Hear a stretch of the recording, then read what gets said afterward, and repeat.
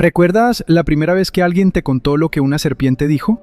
Tal vez fue en un salón pequeño, en una banca dura, con una voz tranquila que no parecía pedir permiso para entrar en tu cabeza. Una serpiente que habla, un árbol que da conocimiento, un hombre formado del polvo, una mujer sacada de una parte de su cuerpo. Pero lo más pesado nunca fue lo extraño de la escena. Lo más pesado era la condición escondida detrás del relato. O lo aceptabas como verdad, o te acercabas demasiado a la categoría de quien duda de Dios. Y cuando una historia nace así, ya no funciona solo como historia. Se convierte en un dispositivo, en una estructura, en una herramienta capaz de separar a los obedientes de los peligrosos. Quédate conmigo, porque al final vas a ver el movimiento exacto que convierte una contradicción en obediencia. No como teoría, no como interpretación elegante, como engranaje, como mecanismo. Y cuando lo veas, vas a entender por qué este relato sobrevivió durante siglos. No porque estuviera libre de grietas, sino porque aprendieron a usar esas grietas para fabricar culpa, miedo y dependencia. No estoy hablando de atacar la fe. La fe puede ser íntima, silenciosa, incluso noble. Lo que importa aquí es otra cosa: el monopolio de la lectura. El derecho de decidir qué puedes entender por ti mismo y qué debes repetir sin tocar. Y es aquí donde Spinoza entra con la fuerza de una bomba tranquila. No mira el texto como quien busca un hechizo, lo mira como quien examina un documento humano atravesado por idioma, política, tiempo, disputas, miedo y deseo de control. Y cuando lo lees así, el texto no pierde fuerza, cambia de lugar, y en ese cambio, el suelo empieza a abrirse. Te enseñaron a escuchar una frase como si cerrara toda discusión. En el principio, Dios creó. Pero cuando te acercas al idioma original, lo que parecía una muralla empieza a parecer barro húmedo. Hay términos hebreos que, en ciertas lecturas, cargan más la idea de formar, organizar, dar contorno, separar, ordenar lo informe. No necesariamente la idea de producir desde la nada, como un acto mágico absoluto. Y si eso es cierto, la pregunta ya no se puede detener. Porque si el texto no dice exactamente lo que te dijeron que decía, entonces hay que preguntar quién necesitaba que dijera eso y para qué.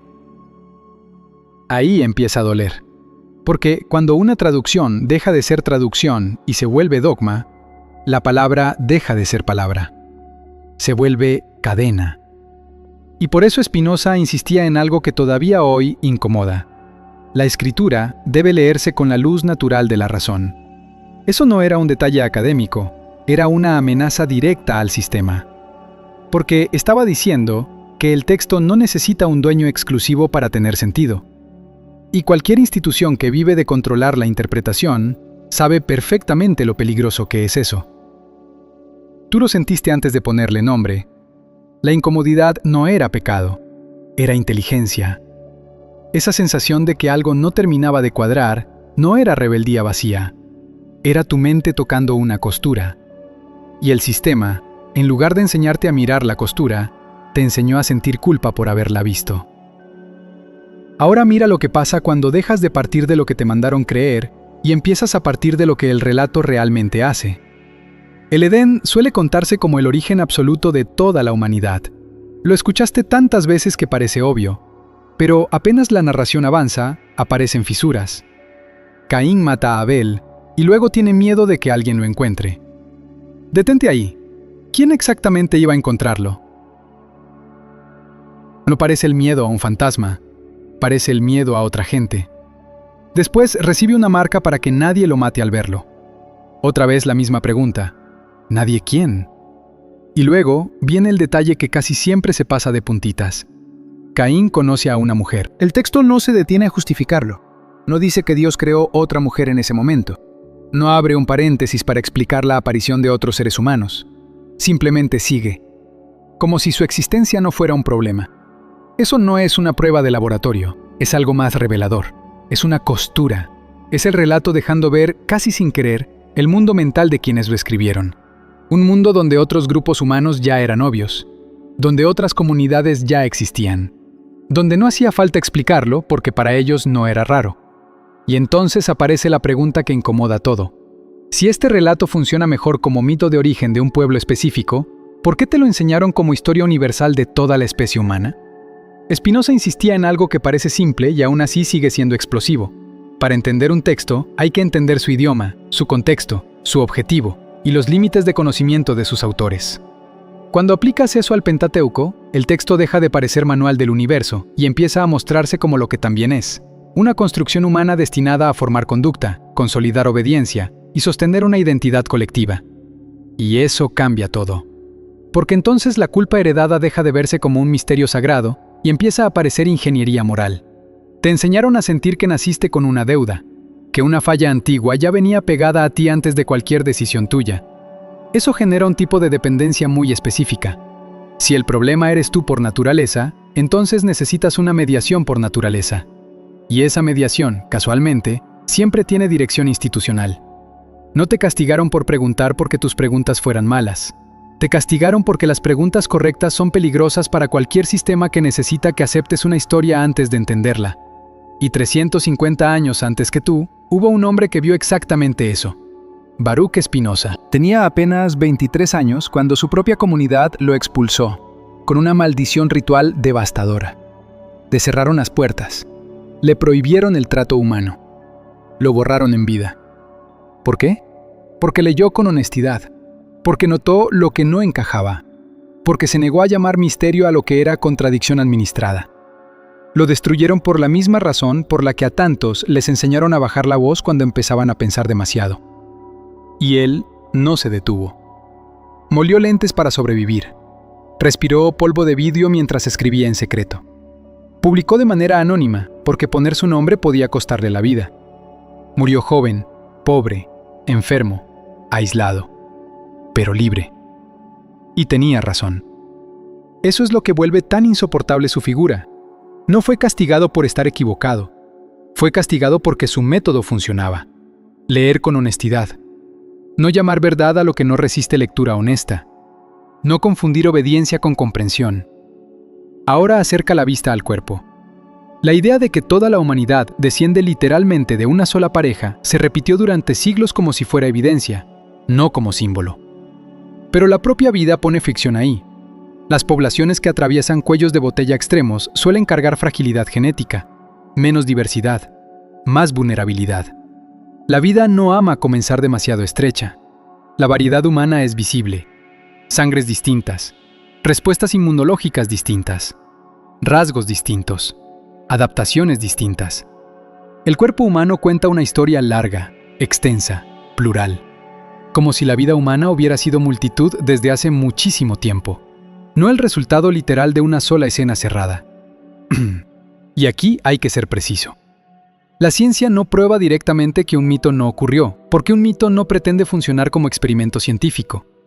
Lo que sí hace la ciencia es mostrar el costo lógico de insistir en una lectura biológica literal, y ese costo es altísimo. Entonces la pregunta cambia.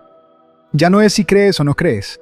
La pregunta es, ¿por qué te forzaron a elegir entre pertenecer y pensar? ¿Por qué la fe fue atada a la obligación de tragar una lectura que choca con la forma en que la vida opera? Spinoza entendió el patrón. Cuando un sistema necesita tu incapacidad de comprender, va a llamar peligrosa a la comprensión, va a llamar orgullo a la curiosidad, va a llamar pecado a la pregunta.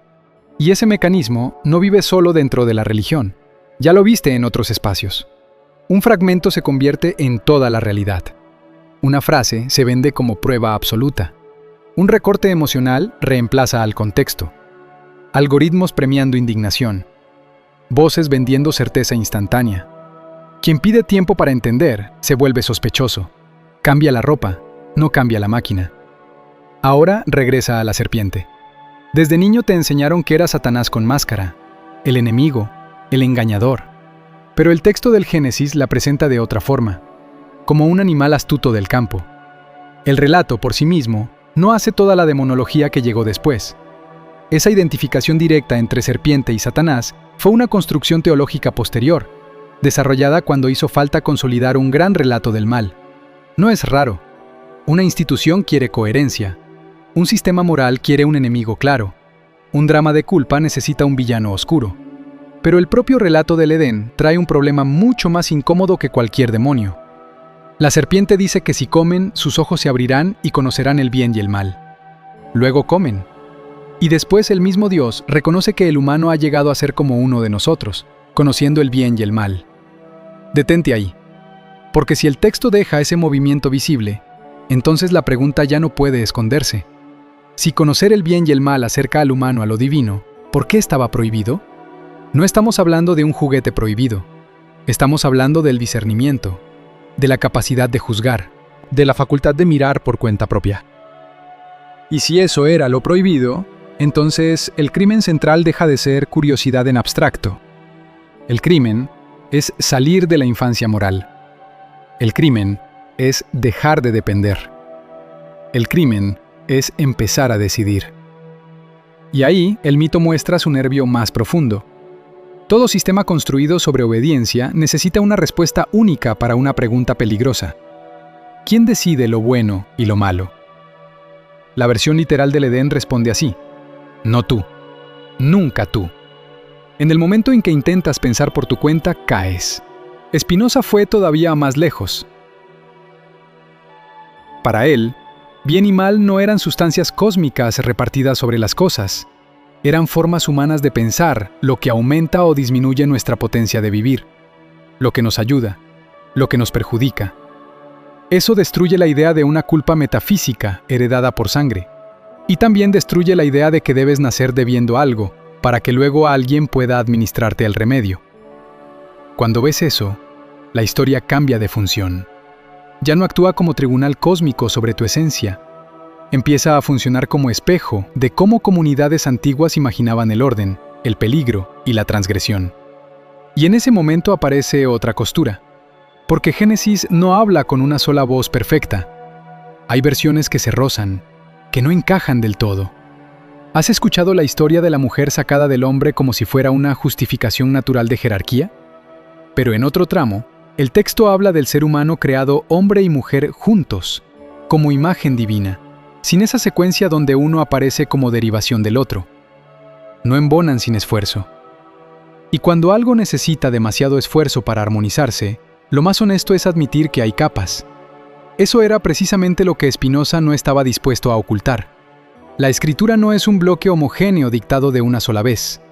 Tiene manos distintas, épocas distintas, propósitos distintos. Y cuando una institución encuentra capas contradictorias, hace lo mismo que cualquier poder hace cuando necesita estabilidad. Elige un hilo, amplifica una línea, silencia otra. No siempre por maldad personal, muchas veces por supervivencia estructural, porque una sociedad organizada alrededor de una narración necesita que esa narración parezca más lisa de lo que realmente es. Y sí, esto duele porque te deja ver algo que quizá ya intuías. No naciste ignorante. Te mantuvieron ignorante en ciertas cosas porque la ignorancia bien dirigida produce obediencia mejor que la comprensión.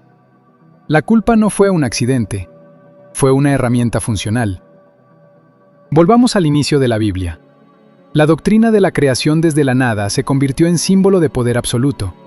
Pero cuando el hebreo y las cosmogonías antiguas del cercano Oriente muestran relatos de caos, separación, ordenamiento y establecimiento de fronteras, el panorama cambia.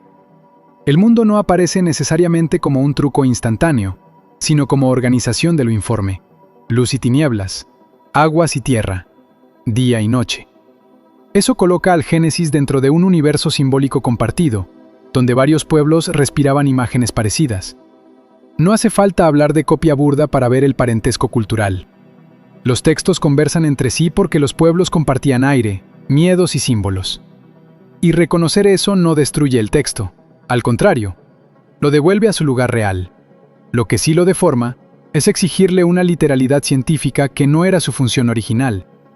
Spinoza insistía en que la finalidad de la escritura era práctica, formar un pueblo, sostener una vida común, moldear obediencia y piedad. No enseñar biología, astronomía o física. La exigencia de precisión científica vino después, cuando hizo falta blindar la autoridad. Porque un texto simbólico puede convivir con preguntas. Un texto convertido en acta notarial del universo se vuelve instrumento perfecto para castigar al que duda. Y ahí, la máquina se vuelve visible. Un relato con grietas podría llevarte a investigar. Para impedirlo, El sistema no responde a la grieta con claridad, responde con miedo. Preguntar es orgullo. Preguntar te pone en peligro. Preguntar te separa. Y luego te ofrece la única salida permitida del miedo que él mismo encendió. Obedece. No obedeces porque entendiste. Obedeces para dejar de temblar. Spinoza llamó a eso superstición, no para burlarse de quien cree, sino para describir cómo el miedo fabrica creencias y cómo esas creencias, cuando se administran, sirven para gobernar personas. Quien vive con miedo busca señales, mandatos, refugios, autorizaciones.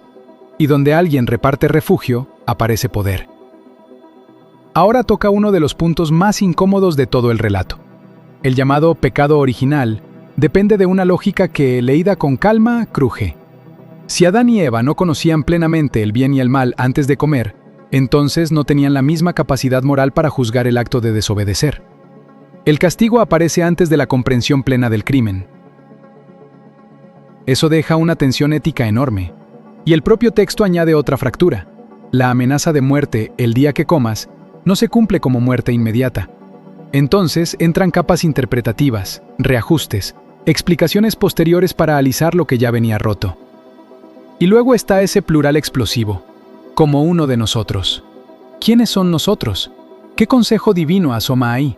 ¿Qué rastro de un imaginario más antiguo quedó respirando dentro del texto? Puedes intentar cerrarlo con distintas fórmulas, pero eso no cambia lo importante. El texto tiene costuras. Y las costuras obligan a depender de un intérprete cuando te enseñaron a no mirarlas tú mismo. Eso fue lo que Spinoza rompió. No la fe, la dependencia. Por eso lo castigaron. Porque si la gente aprende a leer el texto como texto, la autoridad cambia de lugar. Ya no pertenece de manera automática a quien grita más fuerte desde el púlpito o desde la institución. Regresa, aunque sea parcialmente, a la mente de quien lee con honestidad. Y aquí es donde la culpa heredada revela su verdadera eficacia psicológica.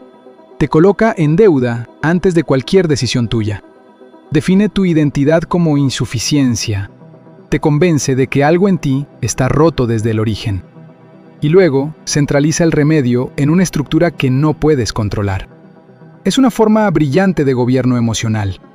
No hace falta una conspiración secreta. Basta con incentivos. Un sistema que vive de administrar culpa necesita que la culpa parezca objetiva. Un sistema que vive de administrar sentido necesita que el texto parezca indescifrable sin él. Lo más duro es que, cuando esa culpa entra temprano, ya no necesita vigilancia externa constante. Se convierte en voz interior, en vergüenza automática, en una policía instalada dentro de ti. Ya no hace falta que alguien te grite desde afuera. Tú mismo te corriges, tú mismo te acusas, tú mismo bajas la cabeza. Spinoza tenía un nombre para eso: servidumbre. Servidumbre de la mente. No con cadenas visibles, sino con afectos tristes, miedo administrado y esperanza manipulada. Y si mientras escuchas esto, algo dentro de ti se resiste, no tomes esa resistencia como prueba de error. A veces la resistencia es solo el mecanismo defendiéndose. Soltar una culpa antigua produce vértigo. Se siente como si el piso desapareciera. Y justo ahí, la institución ofrece el regreso. Vuelve. Deja de preguntar. Obedece y el mundo vuelve a ser simple. Pero Spinoza no te permite ese consuelo sin mostrarte el precio. Si Dios no es un tirano caprichoso jugando con reglas arbitrarias, si lo divino está ligado al orden necesario de la naturaleza, entonces la libertad no nace de someterte a ciegas, nace de entender. Por eso este tema no es solo una discusión sobre un relato antiguo, es una discusión sobre quién tiene derecho a gobernar tu mente. Cuando una traducción cambia formar por crear de la nada, no es un detalle menor. Cambia la imagen de Dios, cambia tu relación con la naturaleza, cambia el tipo de autoridad que se puede exigir en nombre del texto. Un Dios que crea desde la nada absoluta parece más distante, más incuestionable, más útil para el mando vertical. Un Dios que ordena lo existente se acerca más a un mundo inteligible, investigable, abierto a la comprensión de causas. Y la investigación siempre asusta a la superstición. Cuando aplicas esto al Edén, la historia deja de ser un expediente jurídico contra tu existencia. La serpiente ya no tiene que funcionar como monstruo metafísico obligatorio. puede leerse como símbolo de transición, de conciencia, de ruptura con la infancia. El fruto deja de ser simple pecado y puede verse como marcador de transformación. La expulsión del jardín deja de ser únicamente castigo y empieza a aparecer el precio de despertar. Ya no puedes volver a la inocencia. Ahora sabes, ahora juzgas, ahora trabajas, ahora sufres, ahora vives en el mundo real. Eso, leído como mito, es potentísimo. El problema nace cuando ese mito se convierte en tribunal literal, cuando se usa para fabricar una culpa jurídica universal, y cuando esa culpa se vuelve la base de una dependencia permanente. Ahí es donde la religión deja de ser solo experiencia interior y se mezcla con disciplina social, con administración de población, con control de conducta. Y una vez que eso ocurre, el miedo se vuelve una herramienta extraordinariamente eficaz. Spinoza lo vio con precisión brutal. El miedo vuelve crédulo al ser humano. Lo hace vulnerable a promesas y amenazas. Lo empuja a buscar una mano que decida por él. Y si el texto sagrado se presenta como objeto cerrado, incuestionable, monopolizado por especialistas, entonces la máquina queda completa. Un texto que no puedes discutir. Una culpa que no puedes remover por cuenta propia. Una autoridad que se vuelve necesaria por definición. No se trata de despreciar a quien cree. Eso sería demasiado fácil y demasiado barato. Gente creyente puede ser generosa, profunda, honesta. El objetivo aquí no es atacar a las personas. Es mostrar el uso institucional del miedo, el negocio emocional de la culpa y la captura del sentido. Porque burlarse de quien cree no libera a nadie. Entender el mecanismo sí puede empezar a hacerlo. Y aquí regresa Baruch Spinoza como una figura imposible de ignorar. No como cita académica, como herida viva de la verdad. Un joven al que borraron de su comunidad por atreverse a ver lo que hoy tú también estás viendo. Alguien que perdió pertenencia, seguridad y futuro por negarse a llamar sagrado a un sistema de silencios. Él pagó el costo de leer honestamente para que siglos después tú pudieras escuchar esto y reconocer algo fundamental. Tu duda no era una falla, era una señal de vida. Ahora observa la jugada final. Cuando un mito de origen de un pueblo se universaliza y se vuelve historia global de toda la humanidad, la culpa también se universaliza. Y cuando la culpa se universaliza, el remedio se universaliza. Y cuando el remedio se universaliza, también crece el alcance de la institución que lo administra. No hace falta imaginar una sala oscura llena de planes secretos. Basta con ver la lógica estructural. Una lectura que expande la culpa, expande el poder. Spinoza mostró que los textos sagrados fueron compilados, editados, organizados, que tienen historia, que no descendieron al mundo como bloques sin costuras. Y por eso fue tratado como amenaza. Porque en el momento en que aprendes a ver el texto como texto, ya no todo el poder permanece donde estaba. ¿Qué haces con eso? Tal vez sientes alivio, tal vez enojo, tal vez tristeza por el peso que cargaste tantos años. Tal vez miedo de estar traicionando algo importante. Todo eso es humano. Lo importante es que no confundas el dolor de soltar una cadena con evidencia de que la cadena era buena para ti. Y aquí está el centro de todo. El mecanismo funciona así. Recibes una narrativa con fisuras. Esas fisuras podrían llevarte a investigar. Para evitarlo, el sistema cambia el terreno. Ya no discute la fisura, discute tu derecho a mirar. Te hace sentir culpable por ver. Te hace temer las consecuencias de pensar.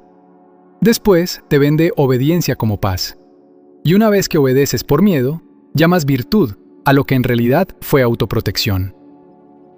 Cuando entiendes eso, el Edén cambia de lugar dentro de ti. Ya no demuestra que naciste mal. Demuestra cómo ciertos sistemas convierten la desobediencia en crimen absoluto, incluso cuando esa desobediencia puede ser el inicio de la conciencia.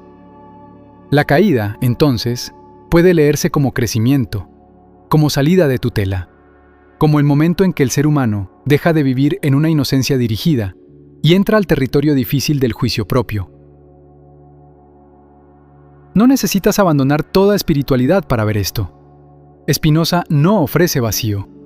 Ofrece una visión donde lo divino no opera como un soberano caprichoso, obsesionado con castigar curiosidad, sino como la realidad misma en su orden necesario. Algo que se contempla mejor por el entendimiento que por el terror. Algo que se vive mejor con alegría activa que con servidumbre mental. Y eso, precisamente eso, resulta peligroso para cualquier sistema que prefiera súbditos asustados.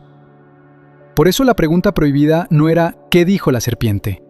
La pregunta prohibida era otra. ¿Quién gana cuando convierten el conocimiento en falta? ¿Quién gana cuando la culpa te precede desde el nacimiento? ¿Quién gana cuando obedecer importa más que entender? En el momento en que haces esa pregunta, el jardín deja de ser un escenario sagrado intocable y empieza a parecer un espejo de la manera en que los poderes humanos han administrado miedo durante siglos. Y ahora vuelve una última vez a esa frase extraña, como uno de nosotros. Esa pequeña grieta revela más de lo que parece. Muestra que el texto viene de un mundo antiguo, complejo, simbólico, lleno de capas y ecos teológicos que no fueron escritos para blindarse de preguntas modernas. Fueron escritos dentro de disputas, imaginarios y necesidades concretas. El abuso del sagrado no está en hacer preguntas. El abuso del sagrado está en usar a Dios para prohibirlas. Eso fue lo que Spinoza se negó a aceptar. Y por eso lo castigaron. Porque entendió algo intolerable para toda estructura basada en miedo. Que la mente humana, cuando lee con honestidad, puede recuperar parte de la libertad que le arrebataron por medio de culpa. Y una persona que ya no se siente culpable por pensar, se vuelve mucho más difícil de gobernar. Así que ahora te dejo con las dos preguntas que esta maquinaria nunca quiso que hicieras. Si la culpa fue instalada para crear dependencia, ¿qué pasa cuando la sueltas? Y si la obediencia fue vendida como virtud para impedir investigación, ¿qué empieza a nacer cuando decides entender antes de obedecer? Ahí comienza la libertad, no como rebeldía vacía, como claridad. Y cuando la claridad llega, el jardín ya no se ve igual. Tampoco tú.